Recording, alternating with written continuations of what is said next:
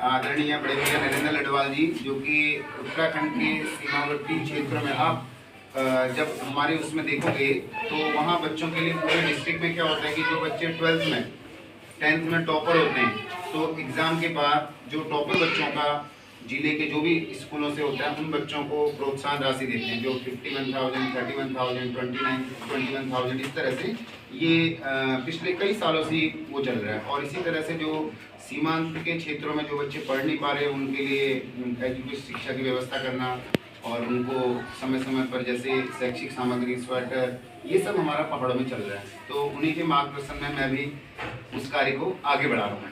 तो उनका जोरदार ताली से स्वागत कीजिए। ये जरूरी है, ये आपका सम्मान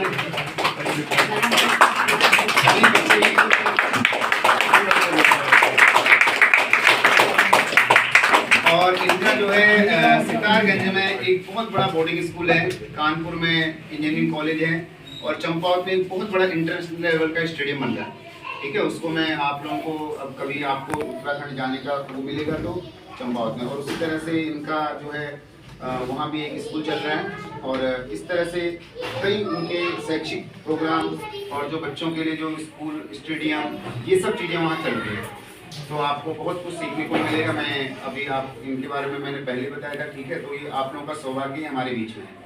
तो हमारे बीच में आदरणीय अनुराधा भट्टवाल दीदी जी, जो कि मोटिवेशनल स्पीकर, शिक्षिका और उसके साथ साथ जो आपका राष्ट्रीय स्वयंसेवक संघ, उसमें भी कई मतलब पदाधिकारी हैं। और अभी जो चल रहा है स्वरोजगार के ऊपर स्वावलंबी भारत अभियान नरेंद्र मोदी जी ने चलाया था, उसमें पूरे दिल्ली की, पूरे प्रांत की ये प्रमुख है उसकी।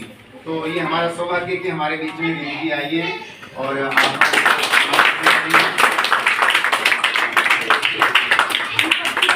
नहीं जरूरी है, जरूरी है ये जरूरी है। देखो, जब आप लोग आओगे तभी तो बच्चे मोटिवेट होंगे इस तरह से।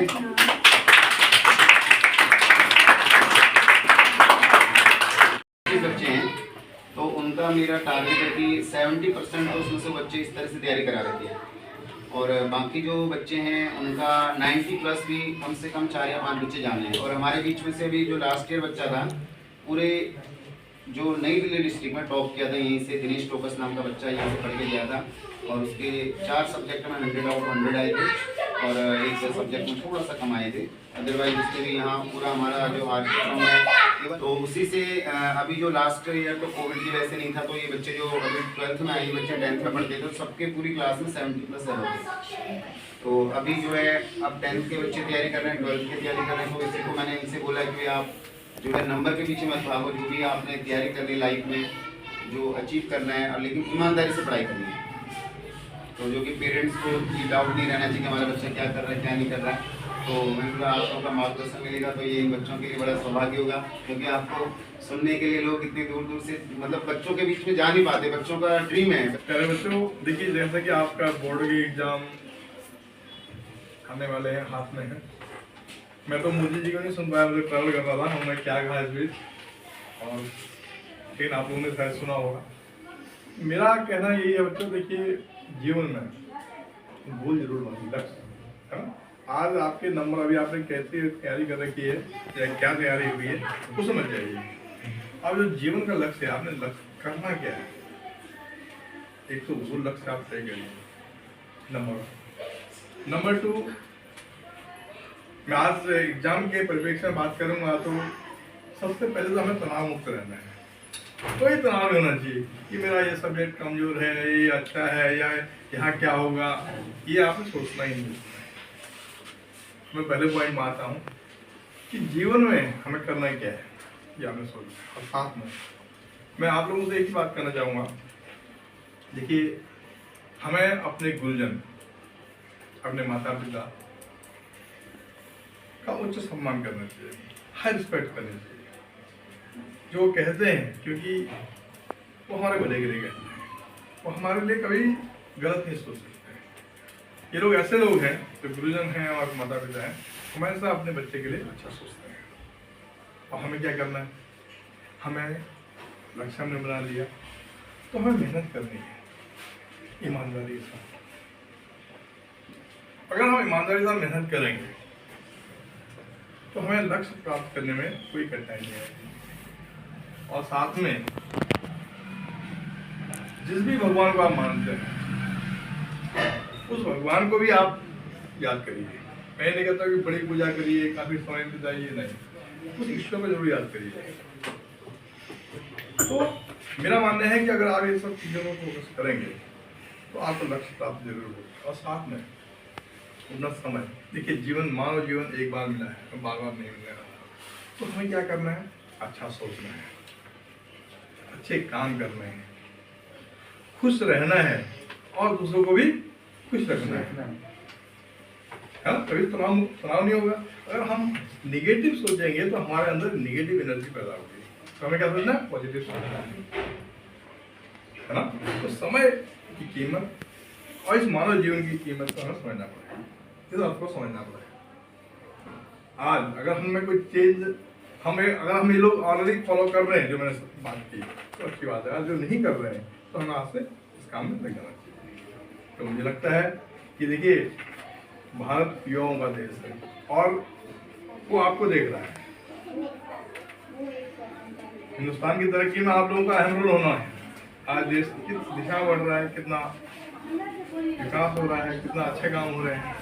तो हमें भी आने वाले समय में हम चाहेंगे कि हमारे बच्चे भी, आप लोग भी उसमें आप अपने भागीदारी इतनी शुभकामनाओं के साथ मैं अपनी बाड़ी को विराम दूंगा। जय भारत, जय हिंद, धन्यवाद।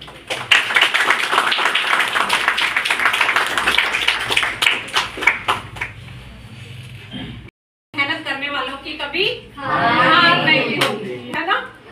और फिर क्या है भाई, इतना बड़ा अब हर जगह तो सनातन संस्कृति का ही परचम लहरा रहा है। तो उसी की बात ये है कि आपको फल की तरफ नहीं ध्यान देना। डर कब होता है? कितने बच्चे रेज योर हैंड जो डर रहे हैं कि क्या होगा, बोर्ड का एग्जाम आ रहा है, ये 11th के आ रहे हैं, 12th के। डर किसके अंदर है? किस चीज का डर है? मैम जो आने वाला जो वो है फियर, एग्जाम में बैठने का फियर, हाँ। वो थोड़ा सा है। हाँ, पता है फियर होता कब है? जब हम कामना फल की कर रहे हैं। फियर कब होता है? मुझे 100% लाना है, मुझे 90 लाना है, मुझे 80 लाना है। वो टारगेट वो डर पैदा करता है। पता है मेरा क्या टारगेट है? मेरे भी एग्जाम चल रहा है। पता है लाइफ में एग्जाम कब खत्म होता है? मुझे जिम्मेदारी स्टेट हेड की दे दी है ना, स्वावलंबी भारत अभियान। राम मंदिर की प्रतिष्ठा हो गई है, राम काज को आगे बढ़ाना। राम काज क्या है? राम के राज्य में क्या होता है? कोई भी बेरोजगार नहीं होता ना, नहीं ना, सबको कार्य मिलता है, सब बच्चों को रोजगार होगा। भाई आप क्यों पढ़ रहे हो? एम्प्लॉयमेंट के लिए ना, कि हमें अच्छा नौकरी मिले, बस वही मोटिव लेके हम लोग पढ़ रहे हैं। तो मेरा टारगेट है पूरे दिल्ली को नंबर 1 लाना। भी हरियाणा चल रहा है, मैं टारगेट पे, मेरी नींद उड़ गई है। सुन रहे हो क्यों? क्योंकि मैं टारगेट, लेकिन जब मैं उसको याद करती हूँ ना, अरे who is the doer? I am not the doer, you are the doer. मेरे हाथ में क्या है? What is in my hand? प्रयास करना।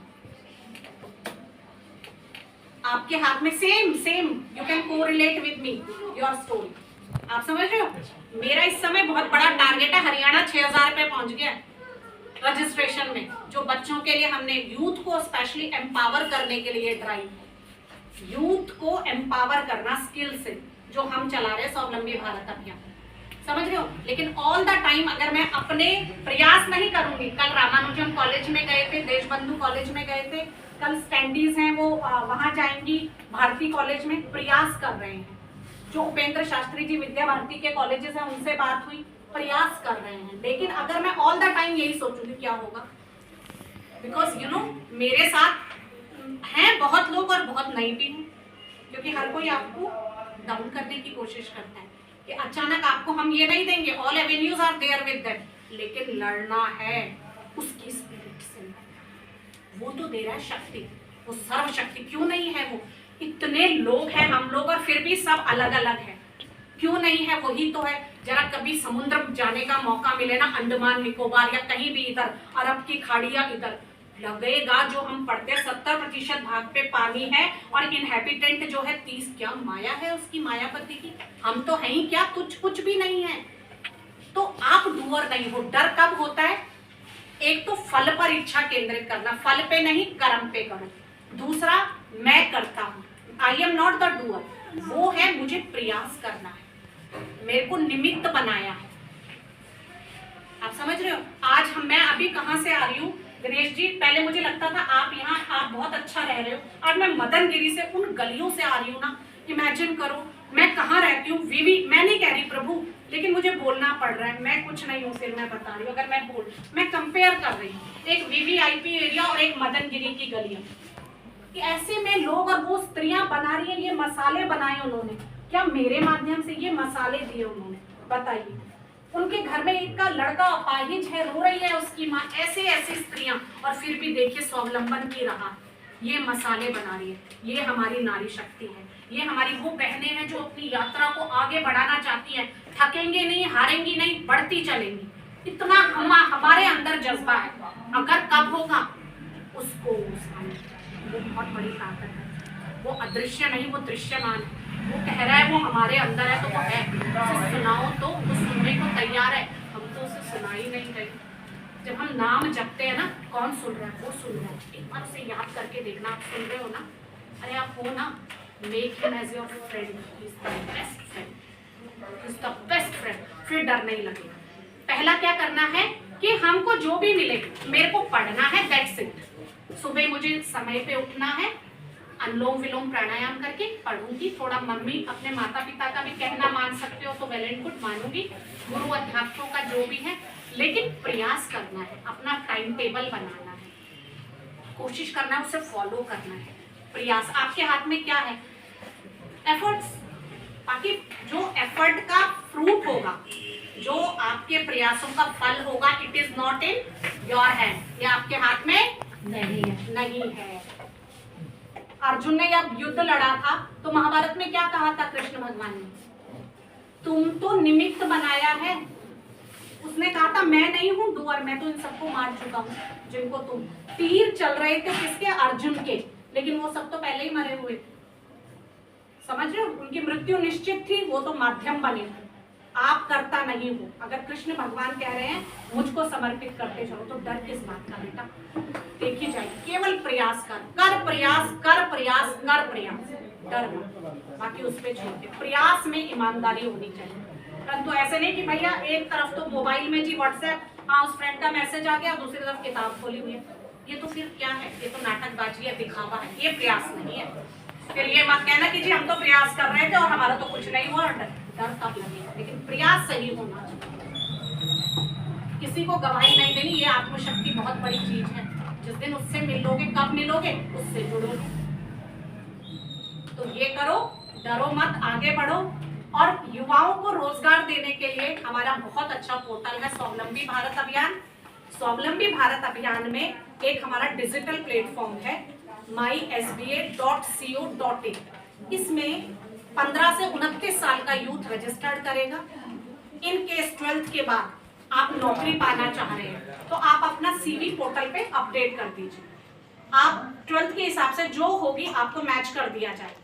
दूसरा, अगर आप अपना सेल्फ एम्प्लॉयमेंट कुछ करना चाह रहे हैं तो सेक्टर 8 में वर्कशॉप हो रही है। कभी सोप और डिटर्जेंट मेकिंग की वर्कशॉप है, कभी ड्रोन की, अभी ड्रोन की जो ट्रेनिंग है उसकी है कि how to handle the drone.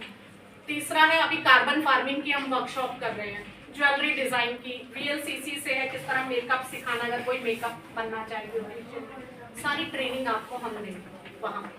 मैं दिनेश जी को अपडेट करती रहूंगी कब क्या ट्रेनिंग। तीसरा, आर्टिफिशियल इंटेलिजेंस से रिलेटेड करियर गाइडेंस अगर कोई चाहिए वो भी हमारे पोर्टल में।